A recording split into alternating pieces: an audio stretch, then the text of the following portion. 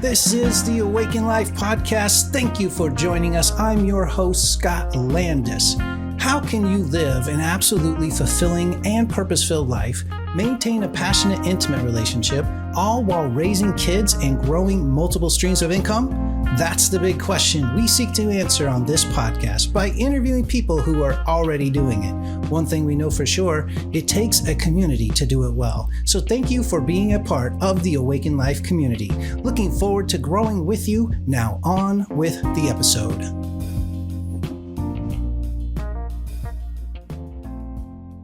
Welcome to the Awaken Life podcast with Scott Landis. And today my guest is Justin Stoddard, and he has a business, a coaching and consulting business. He has the Think Bigger Real Estate podcast. He's an author of a international book, The Upstream Model.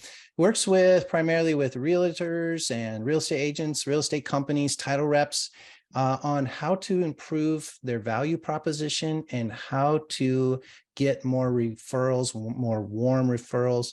And I know that's something that you're going to want to hear today, whether you're in real estate or not. That's something that we could all use as business owners. So Justin, welcome to the podcast. Thanks for being here. Scott, such a pleasure to see you and get back connected. It's been a little while, so thank you for inviting me onto your show. I love what you're doing here. Yeah, thank you. Yeah, we met in person at a coffee shop years ago. So we've been kind of connected ever since. I've been following you. I'm a little intimidated. I'm going to be honest with you. I'm a little intimidated because you're a very professional podcaster. You got it dialed in. You've been doing it for a long time. I've been dabbling for a bit. But hopefully I've got things dialed in enough where you'll feel comfortable at my podcast environment here. It's great. It's good. I think people appreciate more than anything is this authenticity, and you're dripping with authenticity. So yeah, this is awesome. Thank you. I appreciate that. Well, yeah, one thing that is outstanding about, tell me if, I know you had Grant Cardone on your podcast one time. That's awesome. Was that kind of a highlight moment, or when it comes to podcasting, is there anything that's kind of noteworthy besides that? I think that was, for me, at least from the outside perspective, right? It's kind of the biggest name that I've had to date on the podcast. I don't know that was, there was a big aha that I took away from that, is that guys like you and I oftentimes feel intimidated in the presence of a guy like Grant, because they're big as life when it comes to their presence. Right. What I realize is that you're probably just as smart as Grant is, and maybe even more intelligent in some things that matter even more. That's just my take. And no diss on Grant, but it did help me to realize that sometimes we just play small because we don't recognize that we actually know more than we think we know, and that our value to the marketplace and our value to people in general is bigger than we think it is. And so we play small, which becomes a self-fulfilling prophecy that we kind of stay small. Whereas with Grant, I was like, he got really loud before he got good. And he's really good now too. I mean, just the value that he brings to the real estate industry and just entrepreneurs in general is bar none some of the best out there. I don't think that it ever was. I don't think it ever started that way. Right. I think he had the courage to go say, I'm gonna go believe in myself, and I'm gonna go tell the world about what I have. And because he got on bigger stages, he had to improve his content, and obviously that put him in bigger circles, and he got better. So if there's anything that I learned from that experience, is that stop playing small, right? Now, we shouldn't play big for ego's sake, but we should play big for impact's sake, because there's a lot of people who we're not impacting, including people in our direct circle, like we could, because we're playing small. Yeah, I love the way you put that. I mean, we all have our place of genius, right? There is something every individual has that, they are the best at. I mean, that's part of, as a coach, I help people find that, right? And I think you probably could speak to that too. And but that's what you're pointing out, right? He has a place of genius. I have a place of genius. I could probably top him in my place of genius.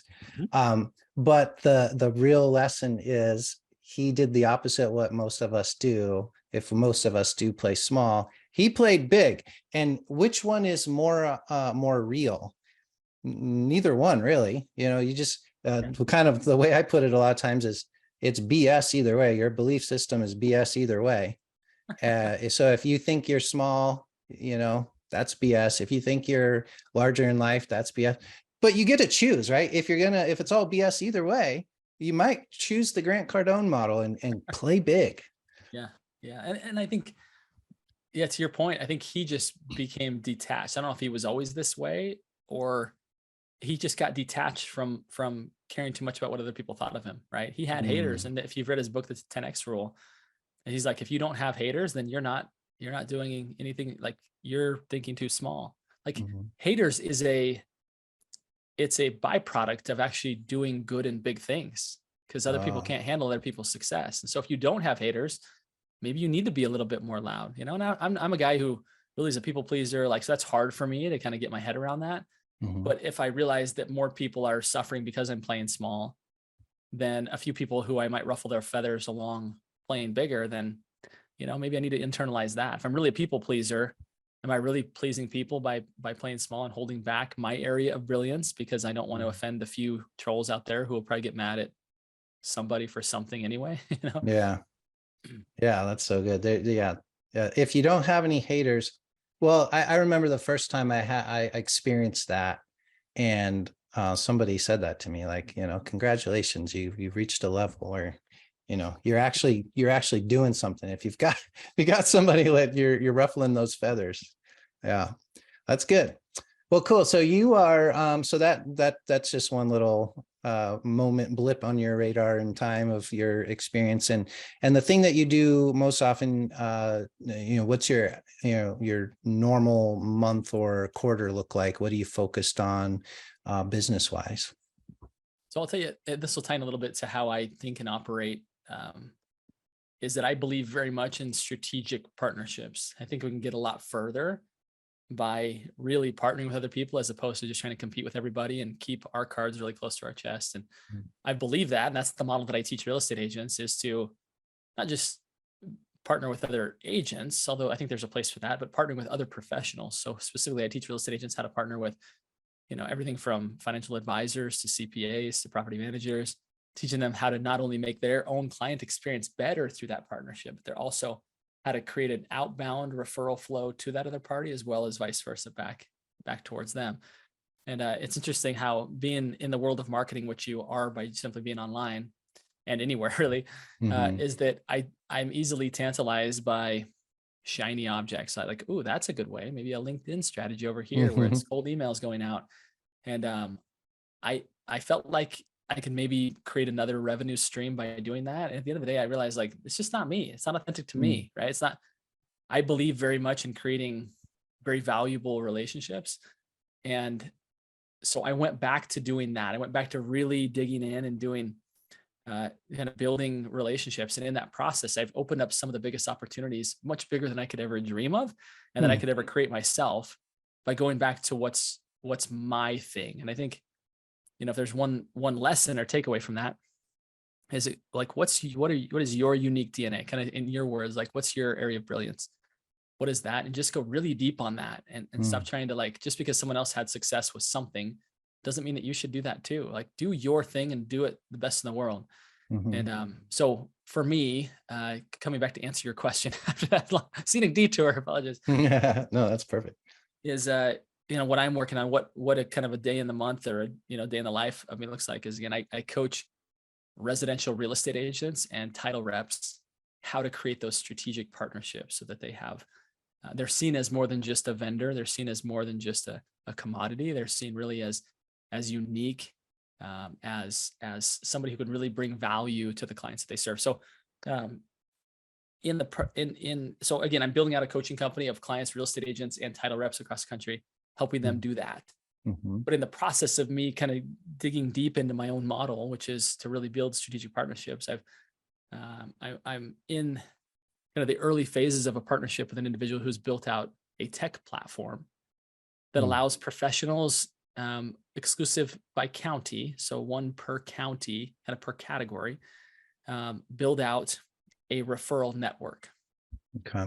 And that referral network, they pay to be a part of it, but that pay also includes getting training on how those professionals, a real estate agent, a commercial broker, a lender, an attorney, a financial advisor can really work well together. So it's highly instructional. It's very much based on the principles I teach in my book and that are tried and true, and oftentimes unknown, or at least unapplied principles of developing referrals. So kind of right now I'm obviously continue to grow my coaching business because that's kind of my bread and butter, but I'm also working on taking those concepts and getting them out to a much larger audience, much faster through a tech platform and a subscription model that would allow us to teach and reach a lot more people much more quickly, on how, again, professionals can build a really powerful, I'm not talking like a LinkedIn, right? Where it's like, but it's like a very like one person per industry, and it's very focused on instructional, helping them to get to that next level. So anyway, that's what I'm working on, is bigger things that all came because I really went deep on what I'm passionate about, which is strategic partnerships. So.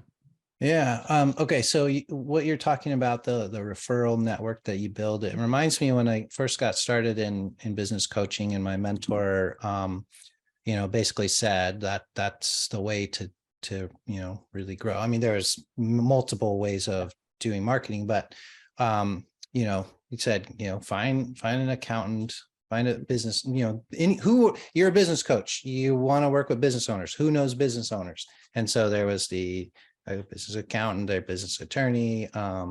What else was there? Financial planner that works with business owners. So I kind of got started in the business coaching realm that way, and it works really well.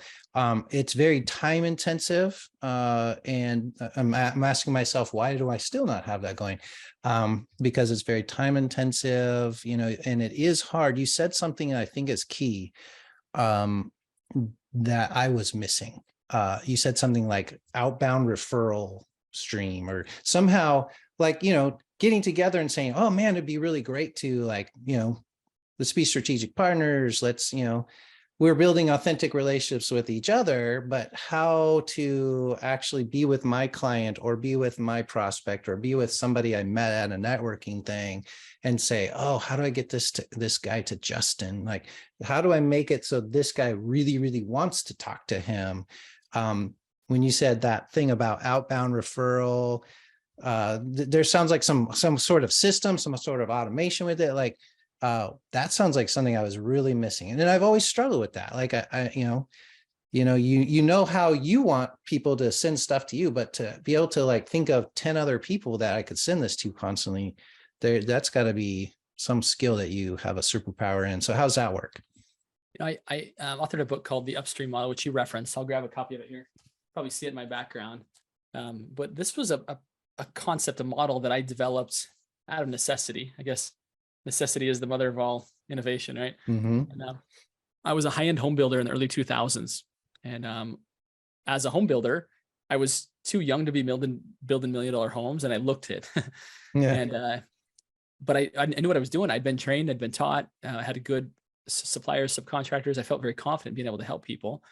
But there was still a little bit of a kind of a waiting line of like, this is how this industry works, like pay your dues. And I realized that I could play that game, and it would take me decades to get to the point to where I wanted to be at. And it was almost like as if everybody was kind of downstream with their fishing pole in the same fishing hole. Meanwhile, some of us were trying to get our line in the water. Right. And I realized that rather than waiting around competing where everyone else was competing, if I were to walk upstream, up to the head of the stream, put my line in the water up there, it was less competitive. And even better than putting my line in the water is that there were other professionals whose industries were precursors to my industry. So for example, as a home builder, every architectural designer, every engineer, right, architectural engineer, were dealing with clients prior to them being a builder. And so rather than the common approach, which is just wait for them to get their work done and then start soliciting the business of those people, or to try and earn their business from those referral partners by telling them how good I was and how I wasn't too busy to serve their referrals and talking about myself, I really found ways to become integrated into their business, ways to become integrated into into serving their clients, right? Offering free value to them as my strategic partner that they would then offer to their clients. And as a result, it made the referring process very natural because they wanted to put me in contact with their clients because I was adding value to their client experience, as opposed to doing it because they know me, like me, trust me, and I gave them a referral, so they probably should give me one back, which is the normal networking model. Right. Yeah, exactly.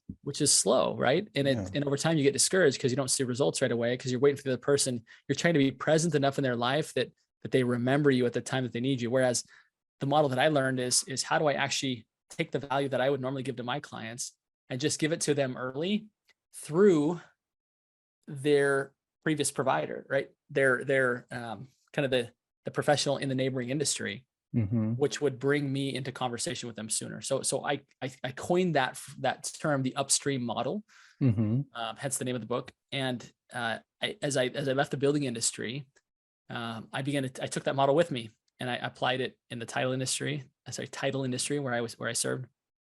And I also began to then teach it to real estate agents, teaching them how to build strategic, relationships with attorneys, with CPAs, with property managers, with financial advisors, with even remodeling companies. But again, that's just such a common, oh yeah, go get referrals from other professionals. But again, the term get referrals from other professionals is the problem. Is they show up to get, here's my cards, here's my brochure, don't forget about me. And it works, but it's super slow and very sporadic. So rather than going to get, you go to serve genuinely. You're there, take your real estate agent hat off, put on your business consultant hat, find out real challenges they're finding and deliver real value that they need.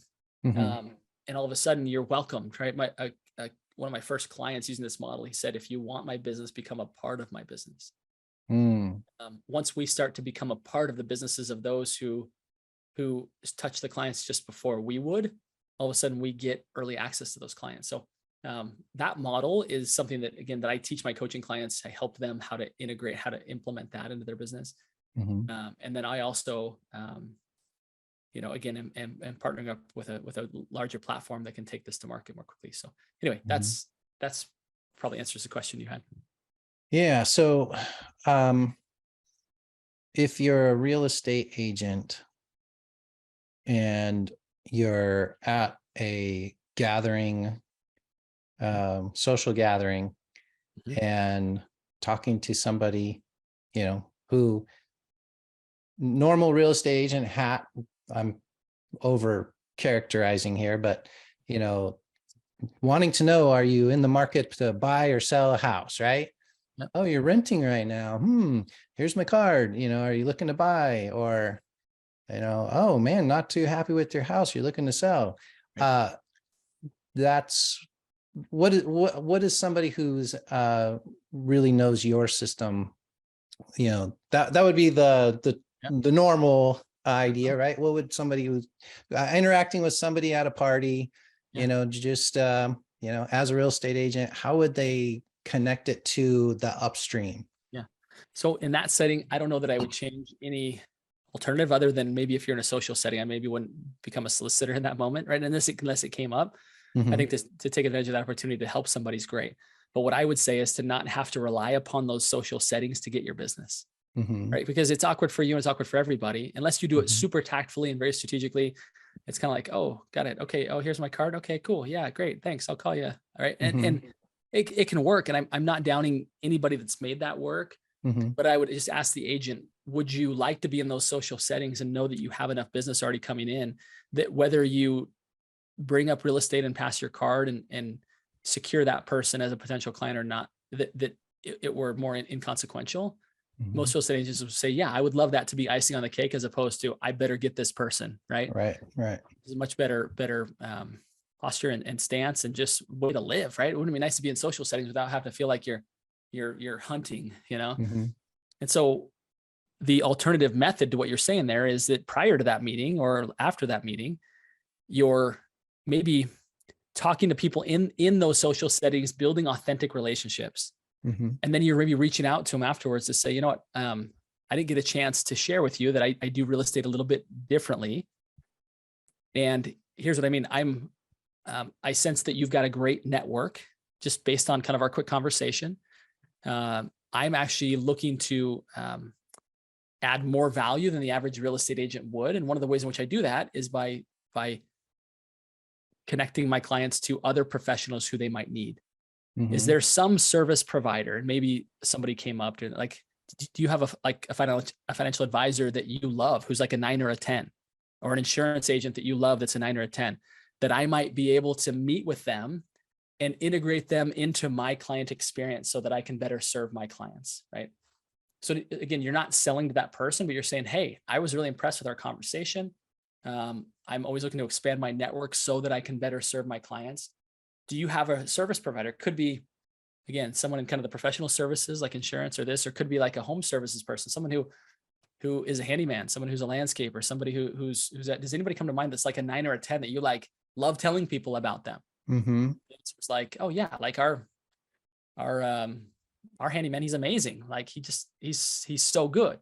Cool. If you'd be open to it, I'd love an intro. Right now, again, best case scenario, you're keeping social settings. You're not talking about business at all, right? But kind of to your point, like what would you do in this setting? So best case scenario is you're not having that conversation with anybody new. You're having it with clients who you've already served, right? So you're reaching out to people who you've already sold homes to and being like, hey, I'm looking to add more value to my client experience. I really loved working with you guys. I trust your network.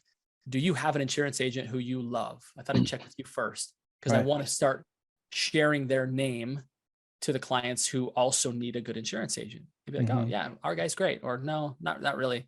Great. I'll let you know when I find one would be the reply to that. Once you get a warm introduction to that professional, now you can sit down with them, take off the real estate agent hat, talk to them as if you were a business consultant, saying, tell me about your business. How long you've been in business? What are your goals? Are you growing? Are you in growth mode? If so, what does that look like? What's your plan? What challenges, what obstacles, what bottlenecks are you facing? So you're not talking about real estate at all. You're simply asking questions that a business consultant would ask. And then once you have that, now you can circle back and add value to that insurance agent, right? Let's say, for example, where it's like, hey, you had mentioned that a bottleneck in your business was finding a good teammate to help you market. I'm actually, I want to introduce you to somebody who's a really great marketing company, they're an agency, and they help with marketing. Would love to make an intro here. All of a sudden, that insurance agent was like, wow, that was really cool, right? We talked in the meeting, talked about me, not them. And they uncovered that I needed some help with marketing, and now they're making a really valuable introduction to a group that they trust. That's helpful, right? So now you've established yourself as a peer, not as a vendor, not as a solicitor. Right. You're able to now have take the next step of saying, hey, I would love to I have value that I believe your clients would appreciate. I'd be willing to share with you that value on a regular basis so that you can bring up real estate in conversations and cross-sell more products and retain clients longer. Right. So now you've kind of integrated into their daily conversations by adding real estate value. So I don't know if I lost you during that, but hopefully that kind of gives you a sense of. So it sounds like you get into it's a mindset, right? You're looking for, well, first of all, to find the professionals, it's easy, right? Who do you rave about? Like everybody, well, most people would have somebody that they worked with that they had a good experience. It's easy to get people to talk about their bad experiences, right? You know, but who have you had a good experience with? Like any industry. Like you could just have that open conversation, that open-ended question. And, oh, I just loved my experience with, so-and-so. And it almost doesn't matter what industry they're in. If you're building a network of people that are solution, problem solvers, they're, as homeowners, there's all sorts of problems that come up. Could be a guy who, like, I had a great experience recently with a guy who did some maintenance on the water filter at our sink. It needed an update, and I was, just really impressed. If anybody asked me, I'd say, yeah, you should definitely get a hold of that person. So if that person that I was talking to happened to be a realtor, wouldn't change the way I would promote it. But if that agent was keen, he would be thinking, okay, tell me about him. Can I get his card? And then would want to meet with the water purification company. And then come in with a business consulting hat and just get curious, like, how you growing? Like, what are is there maybe are there any connections that I have that might help you in those questions? Is that right? So it's like, you're always looking for connections. Are you a business owner who's looking to sharpen your performance in health, wealth, and relationships? And do you want to take your leadership skills to the next level and grow your business to new heights? If so, I have something special for you. That's right, I'm talking about Awaken Life Academy, the Just Show Up training program designed to help you achieve your full potential as a leader and entrepreneur. Based on a Harvard Business Review study that showed the importance of regular and consistent training during times of economic hardship, our program is tailored to meet the specific needs of business owners like you who want to improve their health, wealth, and relationships while building a successful business, even in hard times. Our expert-led training sessions will provide you with the skills and the mindset needed to succeed in all areas of your life. We'll help you develop a strong leadership style, improve your decision-making skills, boost your confidence as a business owner. You'll also learn how to balance your work and personal life, maintain good health, and build strong relationships with your team, clients, and loved ones.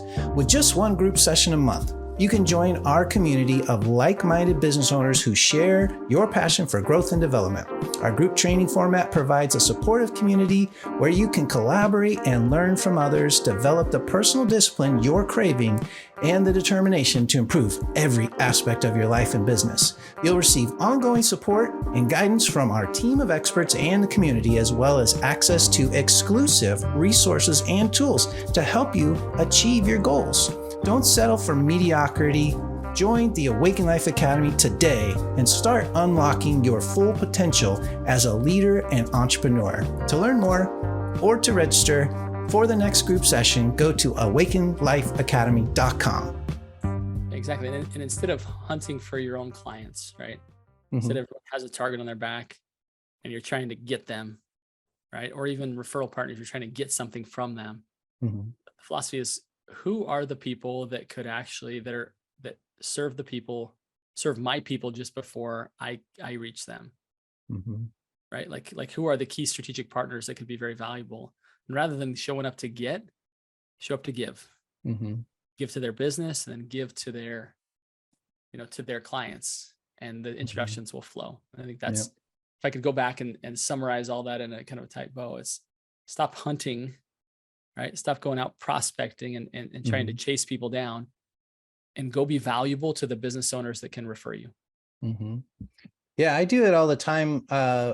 Naturally, wasn't, really thinking about it strategically that way, but, I have a marketing guy that I love, and, I'm always coming across business owners who are having problems with, looking for leads, looking for different marketing, whatever. And I just say, well, the thing that has made the biggest impact in my business over the last couple of years is just showing up to this marketing mastermind every Wednesday morning. You should do that. You should check that out, or I'll introduce you. Perfect. So, but let's see, what would I be missing as far as, like, that's what I've been doing naturally. How could I more strategically? And I know I'm not your normal target market, but I want to work with married entrepreneurs with kids at home, right? If I apply your strategy, how would you coach me in that? Yeah, I would say, like, you've identified who your key avatar is, right? Who are the people? And let me ask this: how do you help them? What do you do to help them? So my solution is besides coaching, is a system, is a system and a mindset, a philosophy that helps people kind of get all of the things done. Okay, great.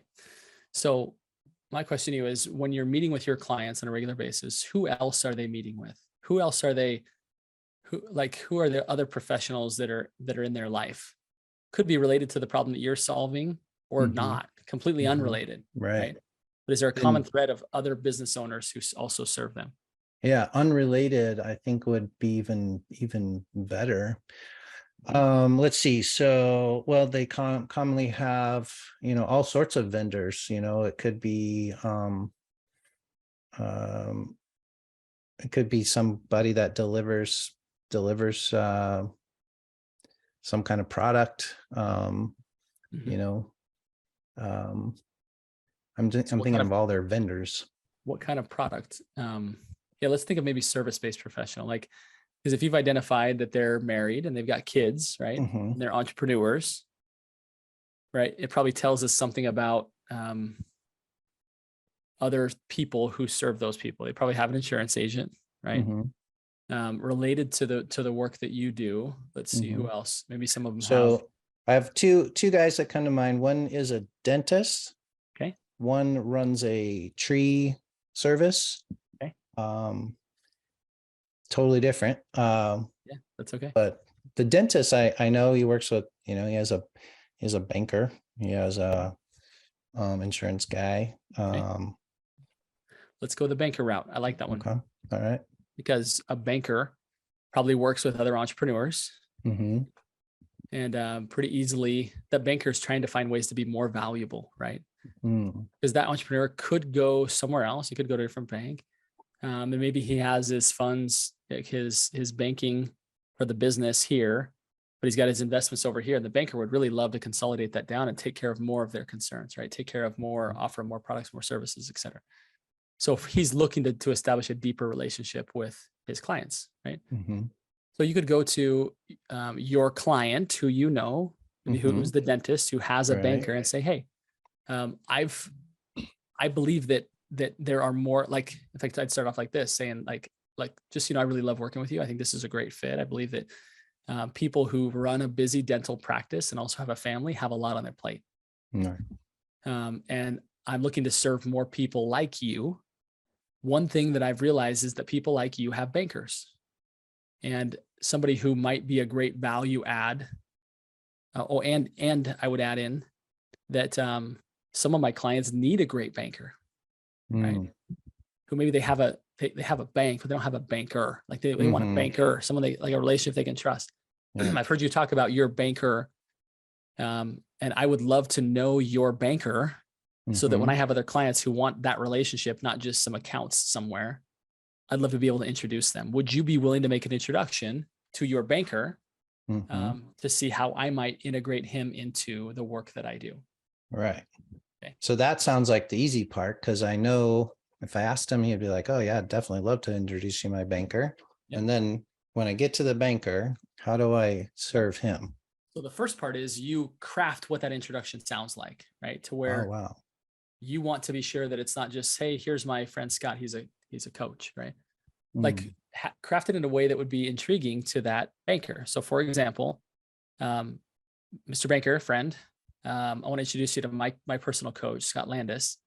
Scott works with busy, successful entrepreneurs who also have busy family lives and are trying to get it all done. Mhm. He's been a great help to me, and he helps other people just like me. And he was looking for somebody that he can connect with because some of his other clients need a good banking relationship like the one that I have. Right. So now the banker is not like, okay, Scott's coming here to get something from me, but Scott's coming to give. Mhm. Scott wants a banker to introduce to his clients. Mm. Okay. So Scott's coming. Yeah. So that banker is going to take that meeting. He's going to be eager to take it. Right. Mhm. Now, your question was, how do I serve that banker? Yeah. Won't know until we ask. Right. So the question, so when you sit down with Mm. him, you're not going to bring a bunch of Scott Landis business cards and talk all about your service and how you serve your clients. Now, if he asks, of course, you're going to answer. You're Sure, going to have sure. good answers for that. But the purpose of the meeting is for you to vet him, is for you to say, how do you serve your clients? I hear such great things about you from my friend, Mr. Dentist, Mhm.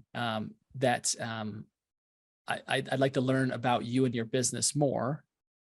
Part of the reason why is because my clients would prefer a relationship with somebody in banking that can really help Right. them take off some of these financial concerns and have better tools and insights. So I'd love to have a relationship like that. And I'm here today to really learn about your business, to see what that looks like, to see if there Mhm. might be an opportunity for me to integrate you into my client conversations whenever appropriate. So tell me about Yeah. your business. Tell me. Now you're interviewing him. You're not soliciting him, right? Right. You're vetting him. You're you're identifying if he's worthy of your referrals to some degree, right? And it's not an ego Mhm. thing, but it's a real thing. Right. Because Uh, I want to be able to trust the person I'm sending my client to. yes, totally. So the way that you're going to get that from him is you're going to ask him, right? Tell me about how long have you been in banking? What makes your process unique? Where are you at now, and where do you want to be at? And what's your plan to get there? Mhm. And what bottlenecks do you foresee in getting there? What parts of that plan you just shared with me or you feel really good about? What parts, like, what are you needing? Mhm. And you're looking for ways in which you can become a part of his business. You're looking for people, you might, in that process, you might learn that he really needs an introduction to a CPA because a CPA is a good referral partner for him, right? Or whatever, right? Mhm. So you're looking for people to whom you could introduce to him, ideas you can bring to him. You're just looking to bring him value. Right. And then the next conversation, you're going to say, I would love to integrate you into my practice.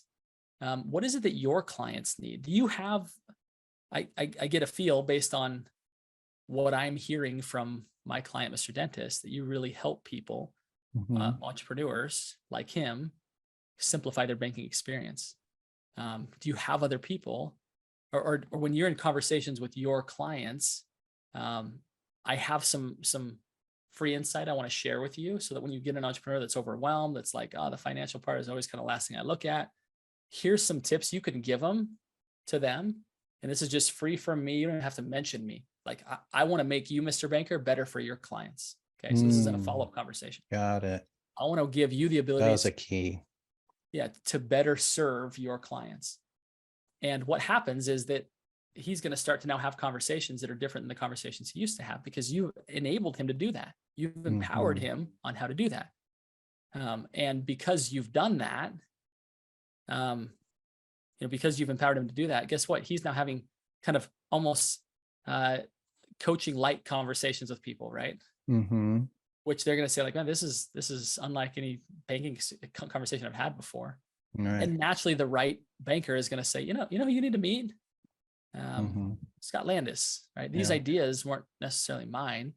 Right. You should meet with him. I think it'd be a good fit. Because you've simply put yourself in his mind Mhm. by putting yourself in his client experience, and putting Right. yourself into his client experience means you're getting talked about in the client meetings, which means that it's a natural referral source out.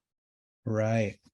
Yeah, I think the thing that you said that made it so that was the epiphany for me is that it's sort of white labeled, right? It's like I'm giving this is something I use all the time with my clients, Mhm. taking my branding off. You can use this is so valuable for my clients, and I think it's perfect for what would take your abilities to your clients to another level, because it's something most bankers don't do. Like what comes to mind for me is I have a process that helps people like really who are struggling with defining their purpose to like just get it, and it makes it so much easier.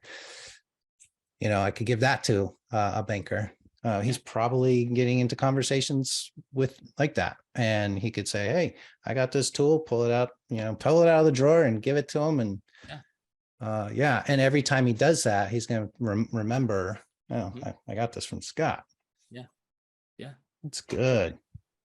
And that's really where it becomes a very authentic referral, because you're saying, look, you don't need to even have my words on, or I'm not trying to pass out my brochures. That's not the point here. Right. I'm trying to make you Right. better. And you are bringing yourself up in conversations, which will happen naturally. So now the referral is like, they're like, wow, this is really great. Like, thanks for sharing this. I didn't expect to get this from my banker. And he's like, who you need to talk to? You like this? Let me Mm-hmm. introduce you to a strategic partner of mine who's Mm-hmm. really bright in the space. This is all he does. So I'll make an Yeah. email intro. Right now, all of a sudden, you've got a lead flow coming from a banker. And Mm-hmm. so, Yeah, that's so good. Well, bummer. We are already bumping against our time here. what is that? So we'll wrap it up. But was there anything else that you wanted to? I don't have a time crunch, but is there anything else that you wanted to get out here? I'm checking really quick to see mine. I'm okay for a few more minutes. So, yeah, thanks for asking. I did see if I had something backing up to this. So yeah, I mean, I think one of the things, and I think we talked about this a little bit already. I mean, my my podcast and really kind of a brand and theme of my life is Think Bigger, right? Think Bigger Real Estate is the name of the Yes. podcast. And sometimes I'll ask at the end of my episode is like, what do you do to continue to be a big thinker? And I love that question because I've learned so much from almost 400 guests now of what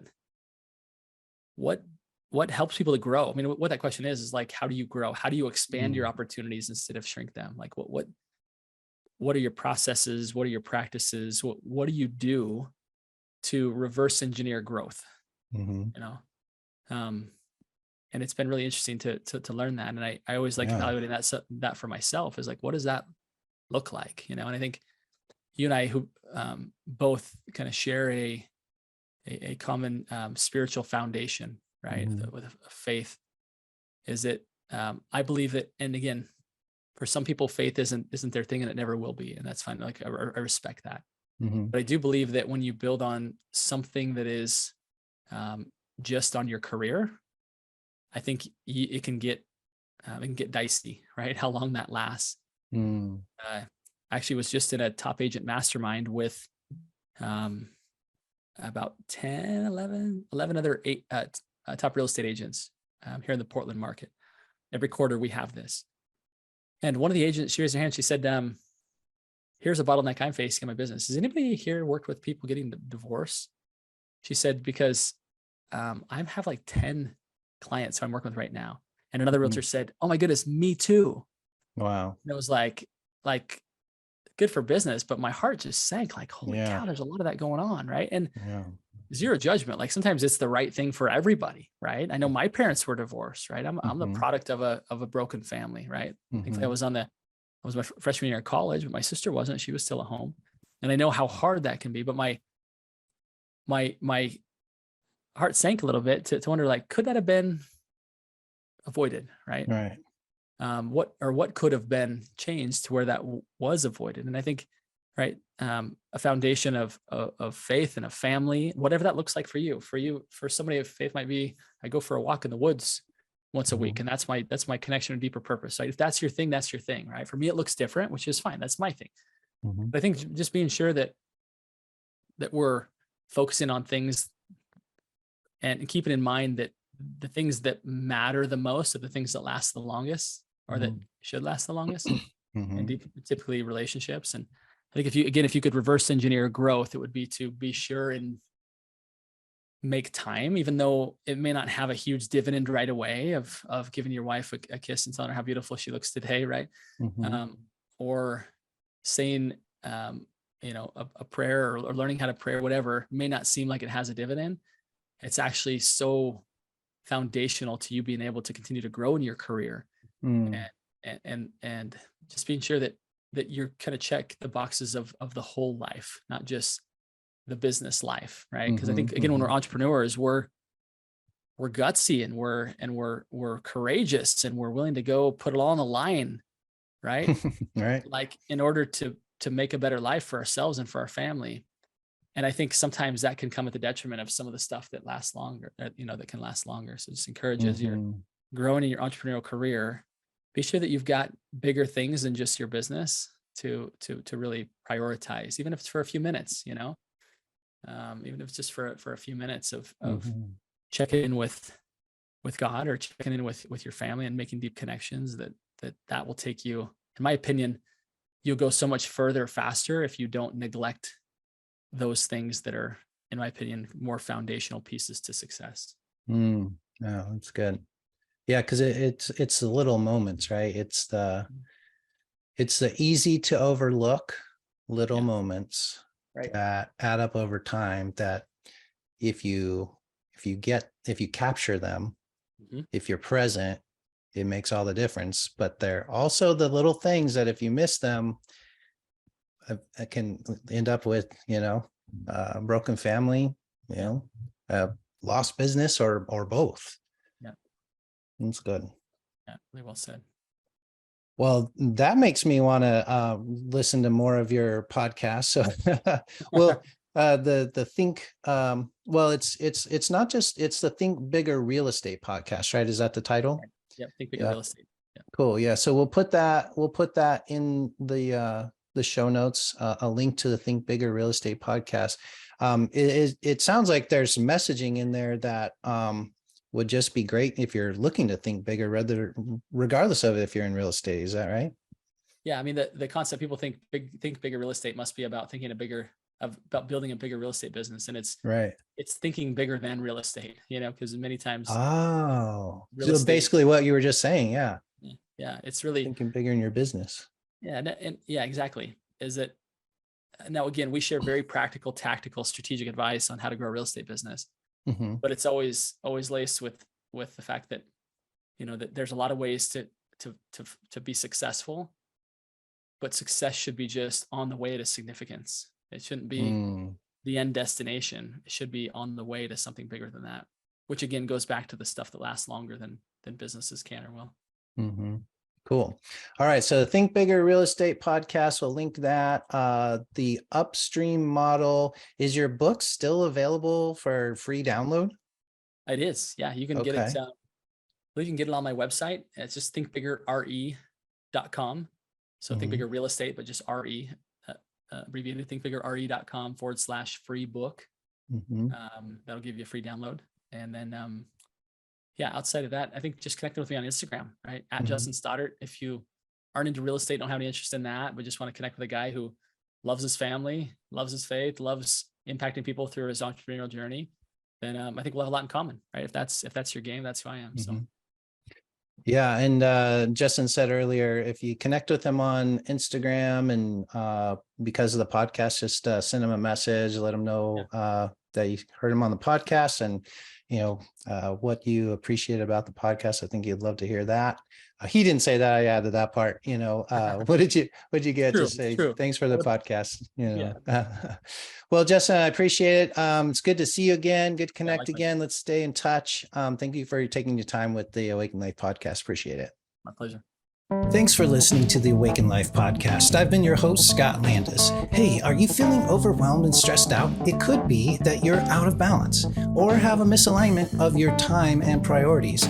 This month at Awaken Life Academy, we're featuring the Total Freedom Life Wheel, designed to help you uncover what might be off balance in your work, life, and other priorities. And then it helps you realign your priorities to your purpose. Check out the full training video and the free download at wheel.awakenedlife.com. That's wheel.awakenedlife.com for free access. Don't put this personal growth opportunity off. Go get it now and start to experience the freedom that balance can bring to your life. Go to wheel.awakenedlife.com.